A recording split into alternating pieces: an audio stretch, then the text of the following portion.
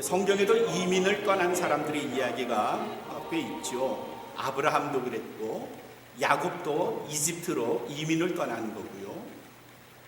그리고 룻기를 보면 오늘 룻기에서도 이민을 떠난 사람들의 이야기가 나옵니다. 이 사람들이 원래 이민을 떠나기 전에는 유대 땅 베들레헴에 살았어요.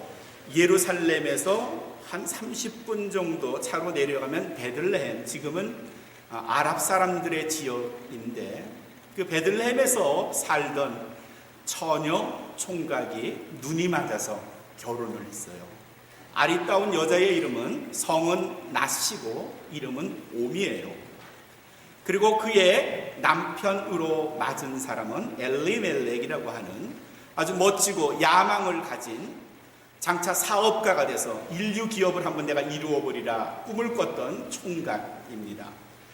이 미스 나가 이 엘리멜렉과 눈이 맞아서 결혼을 했어요. 그들이 조금 살다가 아들을 낳았습니다. 첫째 아들의 이름은 말론이고 둘째 아들은 기련이라는 아들이에요.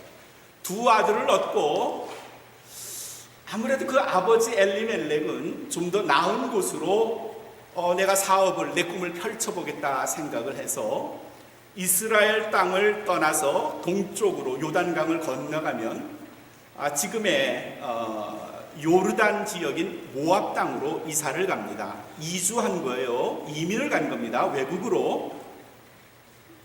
모압 땅에서 그들이 꿈을 가지고 두 아들을 잘 키우면서 사업도 하고 살아보겠다고 열심히 일을 했는데 어느 날 갑자기 이 미세스 나한테 불행한 소식이 들렸습니다. 남편이 갑자기 죽은 거예요. 아직 젊은 나이고 아들 둘은 이제 막 자라나는데 엘리멜렉 남편이 죽은 거예요. 가정이 해체될 위기, 여자로서 자기 두 아들을 부양해야 하는 엄청난 무게를 느끼고 더군다나 고향도 아닌 타국에서 살아야 하는 그런 위협 속에서 남편의 장례를 마치고 두 아들을 양육했습니다. 감사하게도 말론과 기련은 잘 자라줬어요. 총각이 되었고요. 학교도 졸업을 했고요. 아마 좌업도 가졌겠죠. 그러다가 그 나라 모압 땅 여인과 눈이 맞았어요. 큰아들 말론도 그 모압 여인을 자기 아내로 맞았고 둘째 아들 기련도 아주 예쁘장하게 생긴 룻이라고 하는 여자와 결혼을 했어요. 행복했죠. 남편은 없지만 이제 두 며느리를 데리고 사는데 불행이 그치질 않네요. 그만 아들 둘이 한꺼번에 죽었는지 혹은 시차를 두고 죽었는지는 알 수 없지만 두 아들 모두가 생을 마감한 겁니다. 젊은 나이에 후사도 없이 아들, 딸 낳지 못하고 자녀가 없이 그만 아내 그리고 홀 어머니 남겨두고 맏아들 말론이 죽고 둘째 아들 기련이 죽고 남자 셋 그리고 여자 셋 이렇게 행복하게 살았어야 할 이 미세스 나오미의 가정이 졸지간에 과부 셋만 남은 불행한 가정이 된 거예요. 나오미가 이렇게 살아서는 안 되겠다 생각을 했던 것 같아요. 고향으로 돌아가야지 생각했어요. 그리고 두 며느리들 그들을 데리고 고향으로 가다가 중간에서 며느리들에게 얘기했죠. 너희까지 내 고향에 가서 평생 과부로 살 게 뭐 있겠니? 너희는 너희 땅에 다시 되돌아가서 거기서 다시 남자 만나서 너희가 남은 인생을 잘 행복하게 살려무나 했는데 큰 며느리는 그냥 고향으로 돌아갔지만 둘째 며느리 롯은 끝까지 자기 시어머니 롯을 따라서, 나오미를 따라서 고향 땅 베들레헴으로 돌아왔어요. 오늘 말씀은, 오늘 우리가 읽은 룻기 1장 19절에서부터의 말씀은 바로 그때를 이야기하고 있어요. 고향으로 돌아왔어요.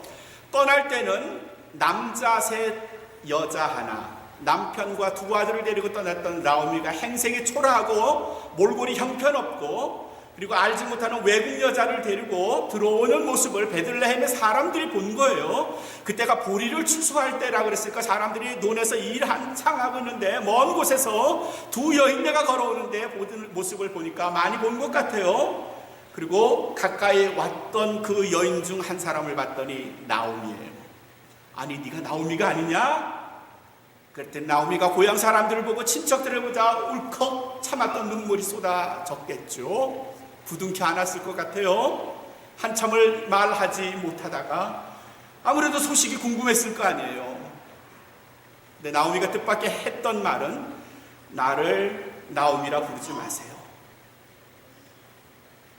그리고 나를 마라라 부르세요. 무슨 말일까요?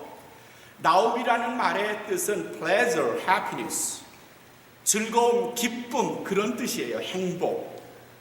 나를 행복이라고 부르지 마세요. 나를 기쁨, 즐거움이라고 부르지 마세요. 그 대신에 나를 마라라고 부르세요. 그랬어요. 여러분, 마라 그러면 뭐가 생각나죠? 마라? 쓴 물, 그렇죠? 마라의 쓴 물. 출애굽기 15장 23절에 보면 이스라엘 백성들이 애국 군대를 따돌리고 하나님이 그들을 수장시키셨죠. 그리고 이제 미디안 안전한 상태에서 사막 한가운데를 걷다가 오아시스를 발견했네요. 얼른 뛰어가서 오아시스의 물을 탁 마셨는데 그 물맛이 어땠더라? 썼더라. 썼대요. 그래서 사람들이 그곳 이름을, 그 오아시스 이름을 마라의 쓴모, The Oasis of Mara, 그렇게 불렀대요. 마라라 하는 뜻은 쓰다, 괴롭다, 그런 뜻이에요. 나오미가 고향 사람들에게 말하기를 나를 행복, 기쁨, 즐거움이라 부르지 마시고요, 나를 쓴 인생, 괴로운 인생이라는 의미의 마라라고 불러주세요. Call me Mara instead of 나오미. 그렇게 말했다. 나오미가 그렇게 말하고 20절 끝에 중간에 보시면은 뭐라고 말하는가 하면 이는 전능자께서 나를 심히 괴롭게 하셨기 때문입니다. 전능자께서 나를 심히 괴롭게 하셨겠습니다. 다른 말로 하면요, 여호와가 나를 그냥 두지 않으시고 나를 심히 벌하셨기 때문에 내 지난 인생, 모압에서의 인생, 이민의 인생, 남편과 이 땅을 떠나서 외국에서 살던 그 인생이, 그 시기가, 그 땅이 너무나 괴로웠으니 나를 더 이상 나오미라 부르지 마시고 마라라고 부르세요. 그렇게 말했어요. 고향으로 돌아온 나오미, 행복하게 돌아올 줄 알았는데, 성공해서 돌아올 줄 알았는데, 남들에게 자신의 모습을 과시하면서 자랑하며 돌아오고 싶었는데, 불행하게도 나오미의 인생은 그렇질 못했어요. 우리는 이 나오미의 이민 인생에서 좀 생각해 봐야 할 게 있을 것 같아요. 뭔가 하면요, 떠나질 말았어요. 떠나서는 안 됐어요. 떠나면 안 되는 나오미와 그의 남편 엘리멜렉. 그런데 그들이 떠나지 말아야 할 땅을 떠난 거예요. 머물러야 할 그 땅을 떠난 거예요. 그랬더니 자기들은 더 행복하고 좋을 줄 알았는데, 그래서 이방 땅 모압으로 갔는데 그 땅에서의 그때의 생활은 쓰디쓴 모압에서의 경험이었고요, 그리고 괴로움이었어요. 왜 나오미는 그 땅을 떠나면 안 됐을까요? 왜 그 땅을 떠나면 안 됐죠? 왜 그 땅에 머물러야 했었을까요? 나오미가 머물렀 땅, 그 땅 베들레헴은 어떤 땅입니까? 내 그냥 고향이에요. 그냥 홈타운이에요. 그래서 떠나면 안 될까요? 그럼 우리도 한국 땅에 남아 있었어야 하죠. 근데 나오미에게 있어서, 그의 남편 엘리멜렉에 있어서 베들레헴은 우리가 생각하는 그런 고향이 아니고요. 그 땅은 더 기원을 거슬러 올라가면 어떤 땅이었는가 하면 하나님께서 모세를 통해서 이스라엘 백성들에게 하셨던 말씀, 내가 너희 민족을 무엇이 흐르는 땅? 젖과 꿀이 흐르는 약속의 땅, the promised land. 약속의 땅으로 내가 너희를 보낼 거야. 그 땅을 너희가 차지할 거야. 그 땅에서 너희가 번성할 거야 라고 말씀하신 땅이 어딘가 하면 베들레헴, 이스라엘 땅 거기에요. 하나님의 약속의 땅이에요. 하나님이 주신 땅이에요. 하나님께서 살라고 해서 베푸신 땅이에요. 그 땅의 뿌리를 받고 살았어야 해요. 근데 그 땅을 떠난 것, 하나님과 함께 할 수 있는, 하나님이 거하시는 그 땅 가나안을 떠났으니, 약속의 땅을 떠났으니, 그리고 약속의 땅이 아닌 이방 땅으로 떠났으니 괴로울 수밖에요. 왜 떠났을까요? 뭐 이유가 있지 않겠어요? 네, 이유가 있어요. 룻기 1장 1절을 보면 베들레헴, 나오미가 머물던 그 땅에 흉년이 들었다, 그런 말씀이 있어요. 가물었던 거예요. 먹을 것이 부족했겠죠. 먹을 것 없으면 하나님 나 잡도 찾아야 되고 좀 좋은 곳으로 가야 하죠. 네, 이유가 될 것 같아요. 그럼 다 떠났어야지. 베들레헴에 사람이 없었어야지. 어떤 사람들은 베들레헴에 그냥 그 자리에 있었거든요. 그 사람들은 뭔가면요, 그 땅에 흉년이 들었어도 견뎌낸 거예요. 참아낸 거예요. 인내하면서요. 그리고 이 땅이 하나님이 주신 땅이니 내가 비록 굶더라도 하루 한 끼를 먹더라도 내가 이 땅에 머물러야 하겠다고 그 땅에 이를 악물고 견딘 거예요. 근데 이 젊은 부부 엘리멜렉과 나오미는 그 땅을 떠난 거예요. 네, 가난했으니까 떠날 수 있겠다 생각이 드네요. 근데 반전이 있어요. 오늘 말씀의 20절을 볼까요? 나오미가 사람들에게 고백을 합니다. 뭐라고 고백을 하는가 하면 나오미가 이렇게 말해요. 내가 풍족하게 떠났더니, 내가 풍족하게 떠났더니, 이걸 표준 성경에서는 뭐라고 그러니까 내가 부족한 것이 없었을 때 떠났더니, 그렇게 표현하고 있어요. 아쉬운 것이 없이 떠났더니, 그 말은요, 살만 했던 거예요. 그 땅에 흉년이 들었어도 적어도 나오미 그 가정은 살만 했어요. 근데 왜 떠났을까요? 네, 더 큰 이상, 더 큰 비즈니스, 더 좋은 교육 찾아 떠났을 것 같아요. 굶주려도 그 땅에 남았어야 했는데, 배고파도 아파도 힘들어도 견뎌내며 그 땅에 머물러야 했었는데, 뭔가 더 화려한 게 보이는 거죠. 반짝이는 게 보이는 거고요. 더 멋진 것처럼 보이는 이방 땅, 요단강 건너편 모압을 봤더니 그 땅이 멋져 보이는 거예요. 그래서 떠났어요. 그리고 갔더니 멋져 보였던 것들이 illusion, 신기루였어요.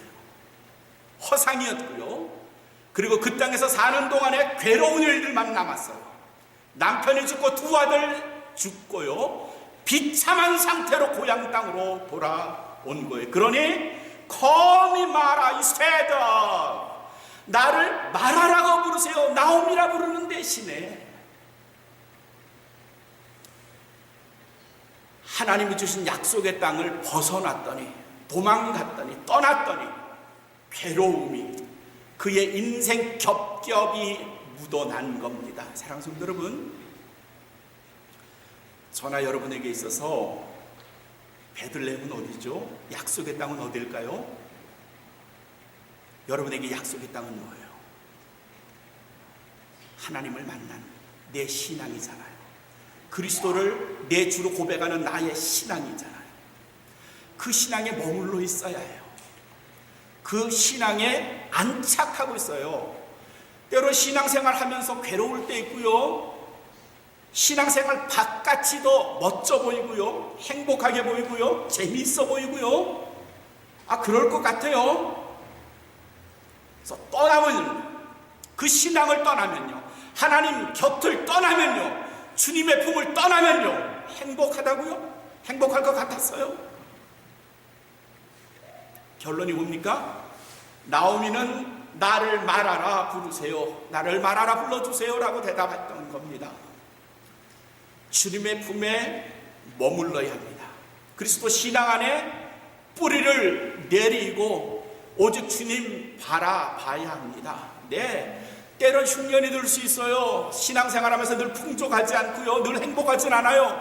괴로운 일도 있고요, 힘든 일도 있고요, 견뎌내기 어려운 일들도 있을지라도 견뎌내야 돼요. 왜냐하면 그게 The Promised Land, 약속의 땅, 하나님 The Promised Blessing, 하나님 축복, 약속의 축복이기 때문입니다. 사랑하는 성도 여러분, 그리스도 품 안에 머무시기를 주님의 이름으로 축원합니다.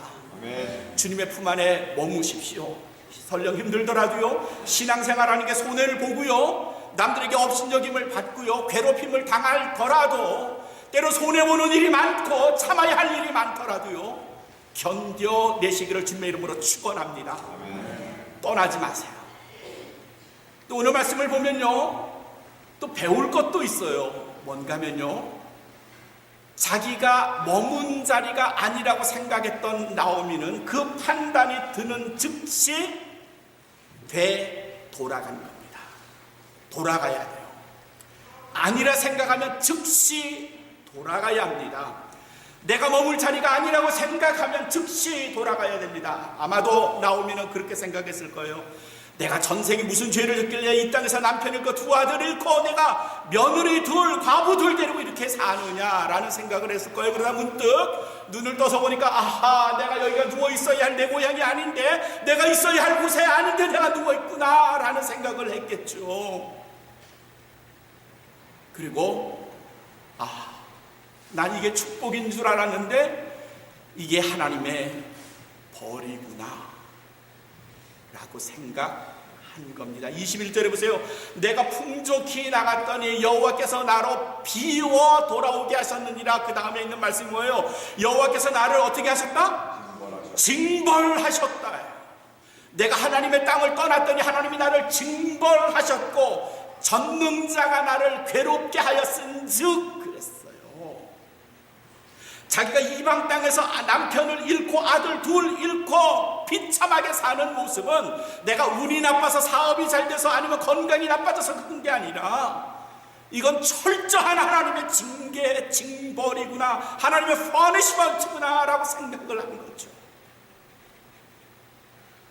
그 생각이 드는 나오미가 아주 즉각적으로 결단을 합니다. 이건 하나님의 축복이 아니라 하나님의 저주가 하나님의 벌이야 라고 생각했던 나오미는 벌떡 일어나서 Let's go back to my hometown 이라고 말했던 겁니다. 고향으로 돌아가야 돼. 다른 말로 하면요, 하나님이 주신 약속의 땅으로 돌아가야 돼. Let us go back to my blessing land, the promised land. 그렇게 말했던 겁니다.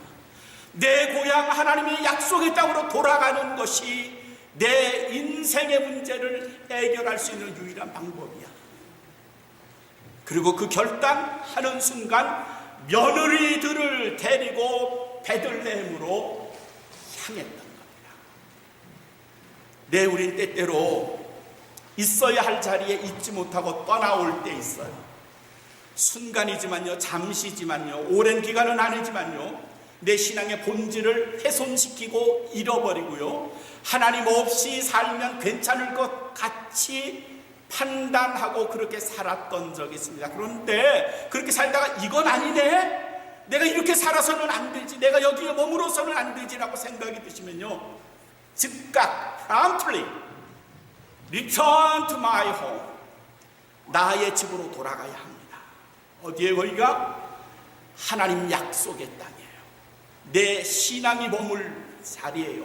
그리스도의 품이에요. 누가복음 15장 잘 아는 탕자의 비유가 나와요. 그가 집을 떠날 때는 오늘 나오미처럼 내가 풍족히 나갔더니, 그 탕자도 풍족히 나갔어요. 그래서 살아봤더니 밖에 나가면 행복할 줄 알았더니 밖에 생활이야말로 마라예요. 아주 비참한 생활했고요, 심지어 돼지와 함께 먹고 잤대요. 그러다가 그가 문득 생각한 게 내 집에 있는 하인들은 나보다 처지가 낫겠구나 생각을 했어요. 그 생각만 했을까요? 아니에요. 생각과 더불어 즉각적인 결단이 그 탕자에게 있었다는 점은 정말 위대하고 멋진 순간이에요. 그 생각을 하는 순간 아버지한테 가는 게 사는 길이야. 그리고 돼지우리를 낳은 거예요. 아버지한테 뛰어간 거예요. 아직 상과가 먼데 아버지가 봤더니 자기 아들이에요. 뛰어가 안아준 거죠. 아버지 품에 안기는 게 사는 길이고요. 나오미가 생각하기를 모압 땅 여기 내가 살 곳 내가 누울 곳이 아니라고 생각을 해서 즉각적으로 결단하고 베들레헴으로 온 거예요. 그리고 그 이후 나오미의 인생 그리고 그의 며느리 룻의 인생은 완전히 바뀝니다. 그가 보아스를 만나서 행복한 가정을 가졌고요. 그의 가문에서 다윗이 나왔고요. 예수 그리스도가 나왔고요. 뭔가 판단이 되시면요. 여기가 내가 있을 곳이 아니네. 내가 누워야 할 곳이 여기가 아니구나. 내가 이렇게 살아서는 안 되지라는 판단이 드시면요. 시간 허비하지 마세요. 즉각적으로 실행에 옮기세요. 하나님 품으로 돌아가세요. 그것이 사는 길인 줄로 믿습니다. 나오미가 비록 실패는 했지만 위대한 결단을 통해서 고향 땅 베들레헴으로 돌아갔더니 오늘 22절의 말씀이 멋져요. 그때가 보리 타자 고리 추수를 하던 때예요. 의미가 뭐예요? 풍요로움이에요. 빈곤에서 이제 풀려난 거예요. 이제까지 쓴 인생에서 행복한 인생으로 바뀌는 전조의 이야기가 오늘 말씀에 적혀져 있어요. 11년 컨스탄틴 대제가 모든 종교를 로마에서 허용한다 반포를 했어요. 그 전에 그때까지는 기독교는 지하 카타콤에서 수많은 희생자들, 순교자들을 낳고 고통 속에서 신앙생활했어요. 근 300년 만이에요. 그러다가 종교의 자유가 선언되고요. 그래서 지상으로 교회가 올라와서 십자가를 세우고 건축하면 교회가 성공한 겁니까? 실패한 겁니까? 그리고 교회가 성장할 것 같아요? 더 쇠퇴할 것 같아요? 성장할 것 같아요. 네, 성공한 거고요. 성장한 거고요. 교회가 엄청나게 부흥했어요. 결론적으로 그 부흥은 멋져 보이지만 부패입니다. 부패. 상한 거예요. 지상으로 올라온 교회가 금력을 가지기 시작했고요. 권력을 가지기 시작했고요. 중세 시대에 교회의 수장, 교회의 황제, 그게 교황이거든요. 교황의 위치는 정치적으로 왕이나 황제보다도 높았어요. 물론 다 그랬던 건 아니지만 거의 모든 유럽의 작은 나라들의 왕과 황제들은 교황의 눈치를 봐야 됐고요. 때로 교황이 인정하고 승인해야 결혼했고 왕이 되곤 했었고요. 왕이 즉위식은 늘 교황이나 교황이 보낸 사람의 안수, 그의 집도 집내하에 이루어졌고요. 교황의 권한이 왕의 권한보다 높았어요. 모든 유럽의 사람들은 종교의 힘을 빌어서 살았고요. 문화가 영향을 받았고요. 엄청나게 교회가 좋아졌죠. 근데 그건 아니에요. 드러난 모습은 그랬지만요. 속 사정을 보면요. 교회가 점점 권력화되고 커지고 높아지고 힘이 세지면서 오직 그리스도 예수를 바라보며 신앙생활을 해야 했지만 그리스도 옆에 또 다른 사람이 세워지기 시작했어요. 처음에 나타난 사람이 마리아예요. 예수님의 어머니 마리아가 예수님과 거의 동등한 위치에서 예배 숭배자가 된 거예요. 숭배의 대상이 된 거예요. 그게 다가 아니네요. 좀 더 시간이 지나니까 순교 당했던 사람들을 성인으로 칭하면서 그 성인들의 이름이, 그들의 그림이, 그들의 동상이 교회 곳곳에 세워지고 그들을 향하여 기도하고 예배드리기 시작했네요. 성인들이 마치 예수님같이 그 옆에 좌우에 병풍처럼 있네요. 그게 다가 아니고요. 그 다음에 살아있는 교황 자신을 신처럼 인정하는 교황 무호설도 발표가 되네요. 교황이 하는 것은 절대로 죄가 아니고 교황은 죄를 짓지 않는 사람이다. 뭐 이런 내용이에요.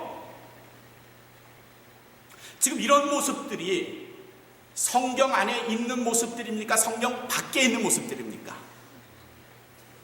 성경 밖이에요. 성경에 그런 내용이 없어요. 오직 그리스도 외에 십계명에는 하나님께서 나 외에 다른 신을 또 섬겨라 그랬나요? 아니요, 섬기지 말라요. 하나님 외에 다른 것들이 하나님과 동등한 위치를 차지하고 있네요. 심지어 성인들의 그림도 들어서기 시작했고 성인들의 동상도 들어서기 시작했고요. 그리고 게다가 성인들의 유골, 뼈 말이죠. 뼈들조차도 숭배의 대상이 돼서 이걸 렐릭스라고 그래요. 지금 이건 뭔가 하면요, 솔로몬이 초기에는 하나님만 섬기다가 후기에 들면서 온갖 동방에 있는 신들이, 그 지역에 있는 신들이 하나님의 성전 안에 들어오면서 하나님을 대신하고 있던 것과 거의 유사한 모습이에요. 이게 중세기 교회의 모습이었고요. 1517년 10월 30일 바로 오늘이죠. 마틴 루터가 그가 가르치고 있던 학교 비텐베르그 학교에서 95개의 아티클 조항을 선포하면서 교회가 말씀으로 돌아가야 합니다. Let's go to the Bible 라고 외쳤던 겁니다. 우리는 너무 성경으로부터 멀리 떨어져 와 있습니다. 우리는 도대체 성경이 어디 있는지도 모릅니다. 성경 밖에서 신앙생활하고 있습니다. 그러니 Let's move to the Bible, 성경으로 돌아가야 합니다. 그 당시 예배는요, 라틴어로 예배드렸어요. 사제들이, 신부들이 예배드릴 때 라틴어로 얘기했어요. 그러니 일반 사람들은 알아듣질 못하고요, 성경 라틴어로 쓰여 있어요. 그러니 교인들은 성경을 읽지도 못해요. 성경으로 돌아가자라고 말한 마틴 루터가 종교개혁 리포메이션을 하면서 제일 처음 했던 일은 그 라틴어로 쓰인 성경을 독일말로 번역을 해서 출판하고 보급하는 일을 했어요.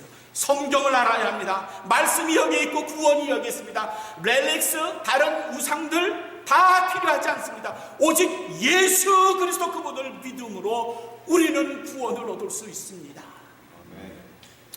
이게 마틴 루터의 종교 개혁이에요. 대단한 거 아니고요, 성경으로 돌아가자, 우리 신앙의 본질로 돌아가자입니다. 오늘 우리들의 교회도요, 성경을 제법 떠나 있는 것 같아요. 근데 교회만 뭘 할 수 있나요? 네, 우리 개개인도 보면요, 세상의 가치가 그대로 내게로 트랜스퍼된 모습들이 보여요. 세상의 가치로 교회를 판단하고요, 세상의 멋으로 내 신앙을 판단하고요, 내가 헌금을 많이 하고 봉사를 많이 하고 예배에 제법 많이 참석하면 내가 성경대로 사는지 안 사는지 상관없이 마치 자기는 좋은 신앙인인 것처럼 착각하며 살아요. 성경으로 돌아가야 합니다. 더 험블해져야 되죠. 더 겸손해야 합니다. 말씀이 나를 변화시키도록 내 스스로 쳐서 나를 성경 안으로 집어넣어야 합니다. 마크 트웨인이라고 하는 미국의 소설가, 여러분 알죠? 톰 소의 모험을 쓴 마크 트웨인이 이런 말을 했네요. 당신은 성경을 많이 읽는 것이 중요하다고 생각하지만 성경이 당신을 읽는 것이 더 중요합니다. 우리가 성경을 많이 읽는 것 중요해요. 아주 소중해요. 그러나 성경을 많이 읽는 것에 그치는 게 아니라 성경이 나를 읽도록. 무슨 말일까요? 나를 성경 속에 비춰봐서 나의 잘못된 신앙생활, 나의 겉으로 드러난 내 가증스러운 모습을 끊임없이 성경을 통해서 변화시키지 않으면 성경 읽는 것, 머리 중요할까요? 그런 말씀이죠.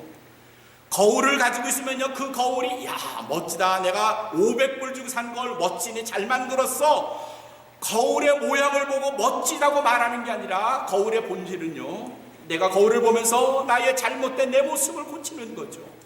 성경을 읽는 것 중요하지만 마크 트웨인의 이야기처럼 성경으로 나를 읽도록 해야 될 줄로 믿습니다.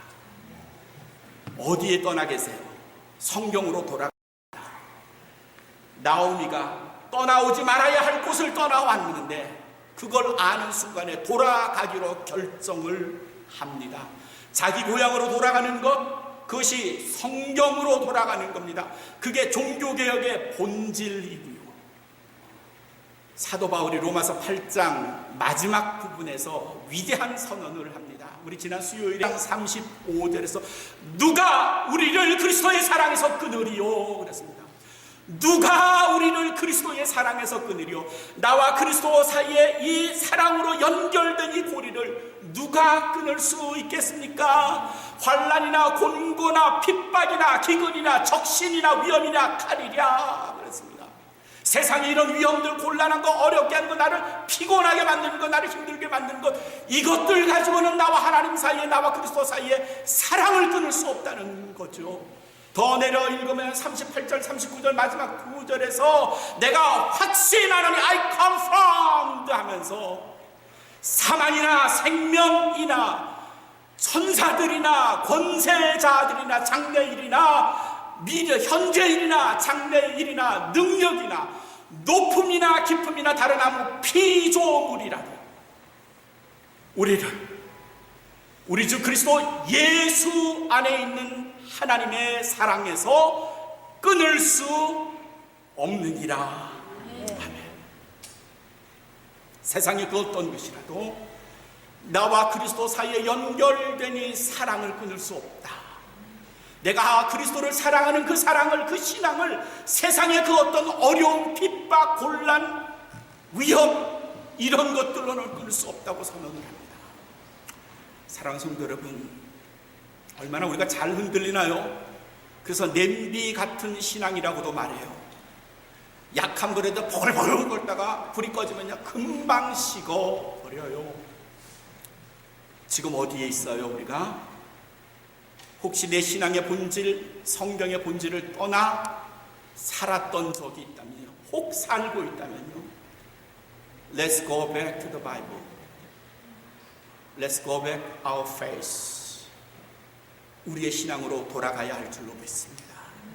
이 종교개혁주의를 맞이해서 남을 칭하거나 다른 사람들을 향하여 손가락질하기보다는 내가 지금 베들레헴에서 사는지 모압에서 사는지 약속의 땅에서 사는지 그 땅을 벗어나 사는지 신앙의 본질에서 사는지 비본질에서 사는지 스스로를 점검해서 잘못된 부분을 벗어버리고 본질로 돌아가 신앙의 회복을 꾀하는 이 거룩한 주의, 종교개혁주의를